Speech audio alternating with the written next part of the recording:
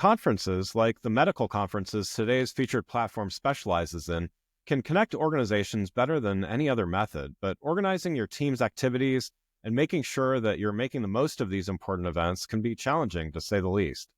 What if you and your team had the ability to see all of your company's scheduled conference activity in a single place and one that updates in real time?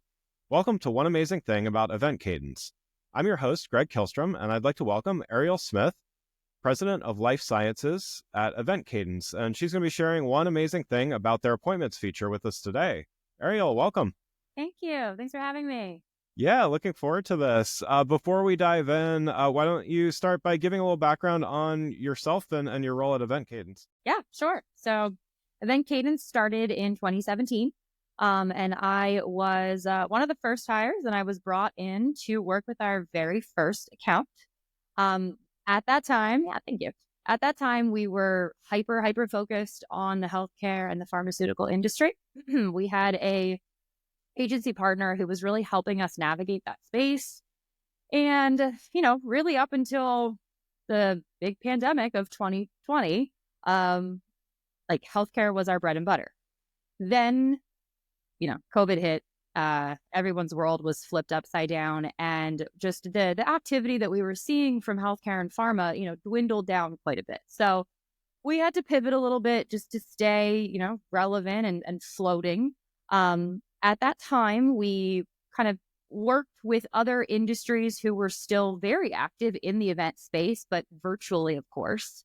And then I would say probably towards the end of 2021 is when we started to see the healthcare and the pharmaceutical industry kind of swing back the other way to those numbers that we knew. So then we made yet again the decision to refocus on them. I mean, it's just what we knew and what we did best. And then that kind of, brings us to today. And during that whole, let's say, 8-year period, like I said, I started with the accounts. I then moved into a director of our customer success team, directing and leading that team. I then kind of sidestepped, went a little bit towards the sales side. I was our vice president of growth for a while, kind of strategizing on our growth tactics, upselling, reselling, all of that. And yeah, now I've landed as president of life sciences. Great. Well, yeah, let's before we have you share and get a chance to take a look here. Why don't we start with, so we're going to look at the appointments feature of the product. Who's the audience for this, and why is it important to them? Yeah. So, okay, I'll just quickly want to say I absolutely love this feature.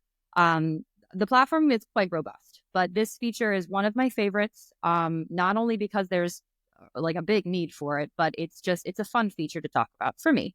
And it's also heavily utilized. It's actually the number one utilized feature of our platform. So it really works to resolve a few different things, but primarily the intention is to better align an organization. So for better alignment and for visibility, because ultimately at the end of the day, if an organization is able to see all of its scheduled activity, and as you mentioned, it updates in real time, just the overall experience of attending these conferences is way more pleasant. It's much more streamlined, and ultimately it becomes more valuable. Yeah, love it. Well, as someone who attends a lot of conferences, definitely can relate to that. So yeah, let's take a look, and why don't you share your screen and talk us through it? Okay. Welcome to ASCO 2025.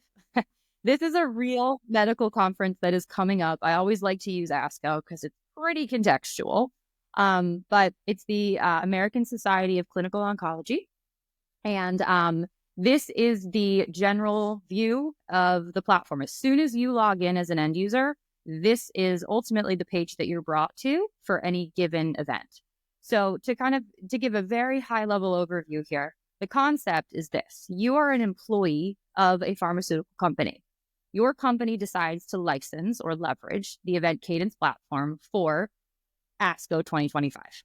You then log into your instance of ASCO 2025 for your organization, and you're going to be met with all kinds of different things to do, things to read, things to watch, all of the above. So the idea is that the platform is very, very tailored to each individual's need, but then, kind of under the umbrella of their organization as well. I'll also just quickly call out the platform is web browser based, obviously, as I'm showing here, but also an app. You can download us on an iOS device or an Android device as well. And everything that I'm going to show is available on web and Mac. So as I mentioned, appointments is where we're going to go for today. So I'm going to go ahead and click on all appointments. And I'm going to start by kind of framing, of course, what this feature is. I'm going to hover over the menu so that you can see kind of these 4 overall sub-menu items of appointments. But I like to describe appointments in 3 pillars. Pillar number 1, I already touched on it, is alignment, strategy, visibility, all of that stuff that goes into the pre-planning or the planning phase leading up to an event, right? Pillar 2, logistics. The platform is a physical scheduling tool. It will allow you to send communication out, physically schedule your engagements or your meetings, and it will also it also functions as a room booking tool. So you'll see when I dive in, you can basically build in all of the rooms, or in organizations, all of the rooms they have for their employees to utilize while at a medical conference. And then pillar number 3, which we all love it, what everybody talks about, rightfully so, data, analytics, metrics, all that good stuff. So those are the 3 pillars that come together to make the appointment suite. I'm going to start with just kind of describing pillar number 1, which is the alignment and the visibility. So this area of the platform, called All Appointments, is showing you at any given moment what engagements have been added to the platform and where they are in their life cycle. So we can see a total of 34 total engagements have been added. And as we kind of work our way to the right in these colored blocks, it's telling you where each of those engagements are in its life cycle, right? So 11 confirmed, pretty straightforward. It's telling you that we put an engagement in to meet with an HCP. Somebody within the organization put this request in, sent the outreach out, and the HCP confirmed. Declined, same exact thing. They declined. I will say our platform also offers a little bit more of along the lines of why did they decline? So rather than just declining, we want to know why. It's very different to say, I'm just simply not attending versus my schedule is too busy. All these things are really helpful and useful to know. Yeah. Of course, you can cancel any appointment at any time, just like you could do in Outlook. And then proposed and pending. The distinction here really has to do with the communication. So the idea is that you can add as many proposed meetings that you'd like into the platform, and it's meant to be a draft state. So this is really where that alignment and collaboration, that's where this comes into play. The idea is that you could have access to the platform months in advance, months prior to ASCO, and you all engage with the platform. You feed it the information of who you want to meet with, why you want to meet with them, who else do you need in your meeting? All these different things like objectives, topics, all of that, totally configurable. But before you actually turn around and reach out to those HCPs, let's all align to see, what the full landscape looks like, right? Then once you move forward and you decide to schedule, then it becomes pending. So the difference is it's a visual indication to say, has this HCP physically received an invitation? Yes or no? So that's this area of the platform in a nutshell. The one thing I'll want to end talking about here is what we call mutual requests. Now, with a number of 34, this is minimal compared to the thousands of engagements that any given company will have. Yeah. You can imagine if you're working in the thousands up here, there is inevitably going to be teams who want to meet with the same HCP. That could be 2 or 3 or even 4 teams who all want to meet with, Dr. Jim Smith at ASCO. Well, if all of them are working in their own silos and they're not communicating with one another, Dr. Jim Smith is going to get multiple emails or multiple text messages or whatever it is, ultimately asking the same question. And that is frustrating. I mean, let's be honest. We're not really respecting his time then. Let's all align first and collaborate on exactly our approach before we contact Dr. Smith. So that's a big part of what the platform is going to help with. There's a lot of automations built in the back end for this, but one I'll just quickly throw out is email automations. So if I just, Arielle, director of, marketing brand A, whatever my role might be, if I log in here or somebody does it on my behalf and adds a proposed meeting, right, with Dr. Smith or even a confirmed, doesn't matter. If something goes in for Dr. Smith, everybody else who also has Dr. Smith meetings is going to receive an automated email just to say somebody else added something with Dr. Smith. Maybe you all want to chit chat and talk else so that you're all aware. That's just one efficiency that's been baked into this.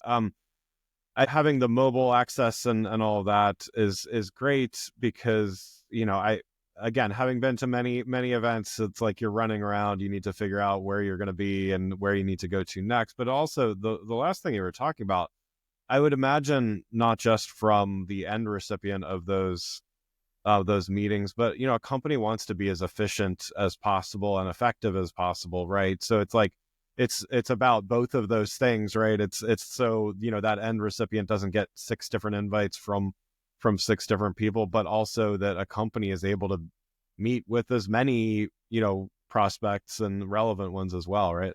Exactly. Yeah. You made a quick point about, being on mobile and needing to know where to go. The reality is that we know we're never going to replace someone's calendar. I mean, let's just be real. Nobody's going to pivot away from using Outlook if that's what they use to, navigate their day-to-day, or iCalendar for that matter. So it was very, very important to us to develop how to send meeting invites that can be physically placed on those calendars. And that's exactly what we did. So I do want to mention that, part of the next pillar that I'm moving into, which is the scheduling logistics phase, our platform physically sends ICS calendar holds for whatever calendar you like to use. That's great. Yeah. So absolutely. You nailed pillar number 1. Thank you. Nice. Nice. Pillar number 2 is logistics. So I'm just going to click into, let's go to confirmed so that you can see what a confirmed meeting looks like. And I'm just going to click into this fake meeting with Dr. Aspinwall. So we can see that it was confirmed, that it's for Saturday, 9:30 for an hour. We can see who organized it. The same person who scheduled it is also the organizer, but they can be different. So you can kind of have a dual role in scheduling. But this, this really can be configured and built out quite a lot. So depending on the different topics and tags and just ways to categorize appointments, the world is your oyster. This is super high level, but we just give an objective, we give a topic, and we give a department, and we allow some supplementary resources to be collected too. But this could be pretty robust if you wanted it to. So this is a confirmed meeting. The idea is that Dr. Aspinwall, even though she is fake in this case, she received a physical invitation from the Event Cadence platform. I'll also mention that there's multiple ways of sending communication. We have accounts that like to use an email domain that they own so that when their HCPs actually get an email, it's from a domain from that organization. Others will use a domain that we have. We even offer what we call an Office 365 hookup, which means that whoever is logged in, right? I'm logged in right now as Arielle at eventcadence.com. I have an Office 365 hookup with Event Cadence. I could physically draft an email from here, but send as myself because of that So there's so many different ways essentially to get that communication out there to both, your HCP or your external and your internal folks. But ultimately, this is telling me that Dr. Aspinwall accepted our invite. You see when she did. And now the platform becomes a logistics tool. So I not only used the platform to book a meeting room, which I'll show in just a sec. So now nobody else can book this space, right? It's my space. I booked it. But it also becomes a logistics tool in the sense of, did the meeting happen? It's great that Dr. Aspinwall accepted, but like, did she show up to the meeting? Who Right. else showed up to the meeting? All these things like companies want to know. So, so that's part of the on-site experience, if you will. You can use the platform then to kind of track along of who physically showed up for a meeting. Did somebody no-show for a meeting? All those things are really beneficial. And then the room booking element. So this is a new view now that you haven't seen yet. This is called our location availability. And it is intended to have all of the physical meeting room spaces built in that an organization might have to offer their end users or their employees, rather. This honestly is like the holy grail, especially when on site. Again, you can see this on your phone or you can put it on an iPad, whatever it might be. We have a lot of logistics partners and vendors that will also kind of assist with this view as well, just depending on the role on site.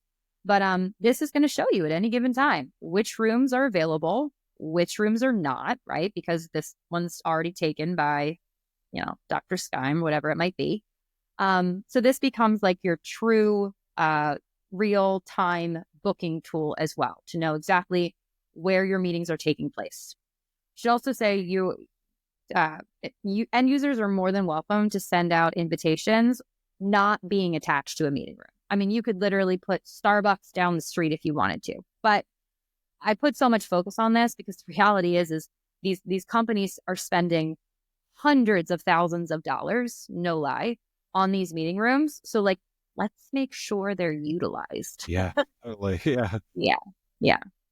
Yeah. And then other than that, pillar number 3, which I won't go into, but I'll just show analytics, metrics, and a dashboard that is pretty configurable to ultimately whatever graphics need to be shown.